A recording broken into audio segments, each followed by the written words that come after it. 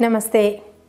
ఈరోజు చిట్కా ఏంటంటే ఈవినింగ్ స్నాక్లో కానీ ప్రయాణాలకు కానీ చాలామంది గిన్నె రొట్టె అంటే మినప రొట్టె ఒక గిన్నెలో పెద్దగా ఒకేసారి ఖాళీలాగా మొత్తం పిండంతా వేస్తూ ఉంటారు.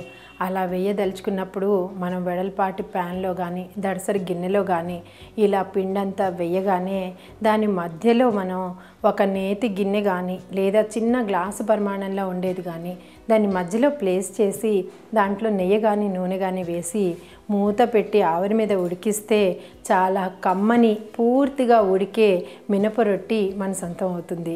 సో ఇలా ఎప్పుడైనా మీరు చేయదలుచుకున్నప్పుడు ఈ చిన్ని చిట్కాని గుర్తుపెట్టుకోండి. మనం కోఫ్తా కర్రీస్ గ్రేవీ కర్రీస్ చేసినప్పుడు అది కొంచెం స్వీట్ టింజ్లో ఉంటుంటాయి. మనం కేక్స్ తయారు చేసేటప్పుడు కానీ పిల్లలకి ఏదైనా ఎగ్తో ప్రిపేర్ చేద్దాం అనుకున్నప్పుడు మనకు ఒక్కొక్కసారి డౌట్ వస్తూ ఉంటుంది.